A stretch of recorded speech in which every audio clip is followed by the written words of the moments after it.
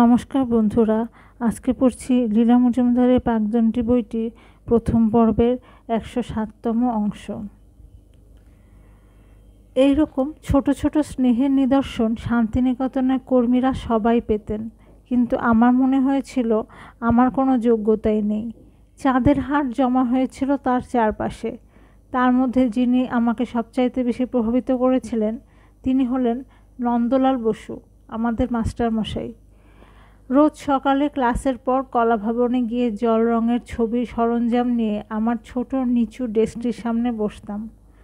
কখনো একাই তালগাছটা চাকতাম, কখনো সুরেন কর এসে পাশে বসে পাঠ দিতেন, কখনো মাস্টারমশাই নিজে। যেই তিনি গিয়ে কারো পাশে বসতেন অমনি কলাভবনে সে সময় যারা উপস্থিত থাকতো সবাই এসে ঘিরে দাঁড়াতো। এই হলো সৃষ্টিকর্মের সবচাইতে ভালো পাঠের নিয়ম। একবার আমার পাশে বসে ছবির পরিকল্পনার সম্বন্ধে বলছেন, আর আমার ফ্যাচরা মতো তুলিগুলোকে ছেঁটে ঠিক করে তুলি ধোয়া জলে ডুবিয়ে একটা ছেঁড়া কাগজে পরখ করে দেখছেন।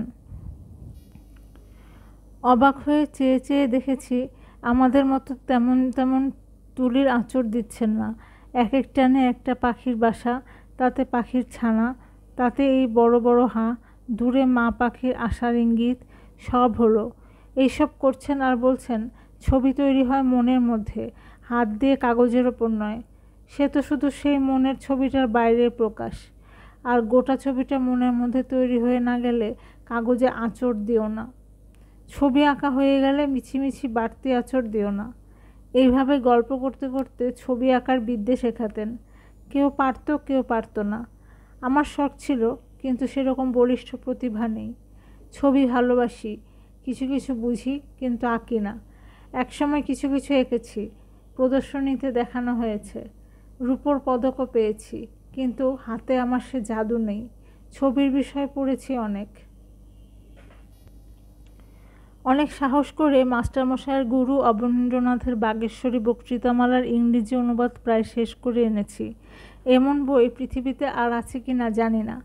এর মধ্যে সৃষ্টিকর্মের তাসে শিল্পই হোক, সঙ্গীতই হোক, নাচই হোক, নাট্যই হোক, কি সাহিত্যই হোক, মর্মকথা ধরা আছে। লিখি আর ভাবি এইখানে আমাদের মাস্টারমশাইও তার অনুপ্রেরণা পেয়েছিলেন, যদিও এ বই তখনও কাগজে প্রকাশ পায়নি। গুরুর অন্তরে ধরা ছিল, ছাত্ররা তার ভাগ পেয়েছিল। এই আরেকটি মানুষ যে আমাকে গভীরভাবে প্রভাবিত করেছিল। শুধু ছবি আঁকার পাঠ দিয়ে উনি সন্তুষ্ট থাকতেন না। রবীন্দ্রনাথ যে প্রকৃতির লালনভূমিতে সম্পূর্ণ মানুষ সৃষ্টি করার স্বপ্ন দেখতেন, আজকে বিশ্বভারতী যে স্বপ্ন হারাতে বসেছে, মাস্টারমশাইও সেই স্বপ্নে বিশ্বাসী ছিলেন। সেই 1931 সালে তিনি নিজে উপস্থিত থেকে কলাভবনে ছেলেমেয়েদের একসঙ্গে ভলিবল খেলাতেন।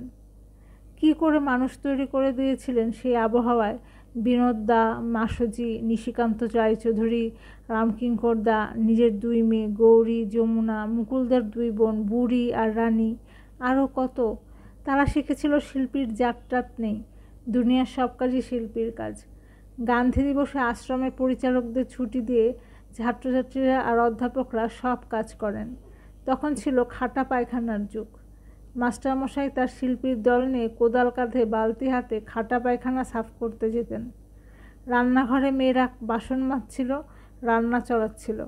আমি একবার মুখ তুলে দেখলাম শরদিন্দু সিংহ, বনবিহারী ঘোষ, সত্যেন বিশি কোদাল নিয়ে ফাগুন লেগেছে বনে বনে গাইতে গাইতে চলেছে। এমনই ছিলেন আমার মাস্টারমশাই।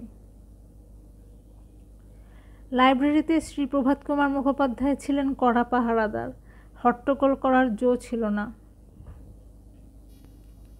প্রায় 6 ফুট লম্বা, কুচকুচে কালো চুল, দাড়ি, ফর্সা রং, সুন্দর নাক মুখ।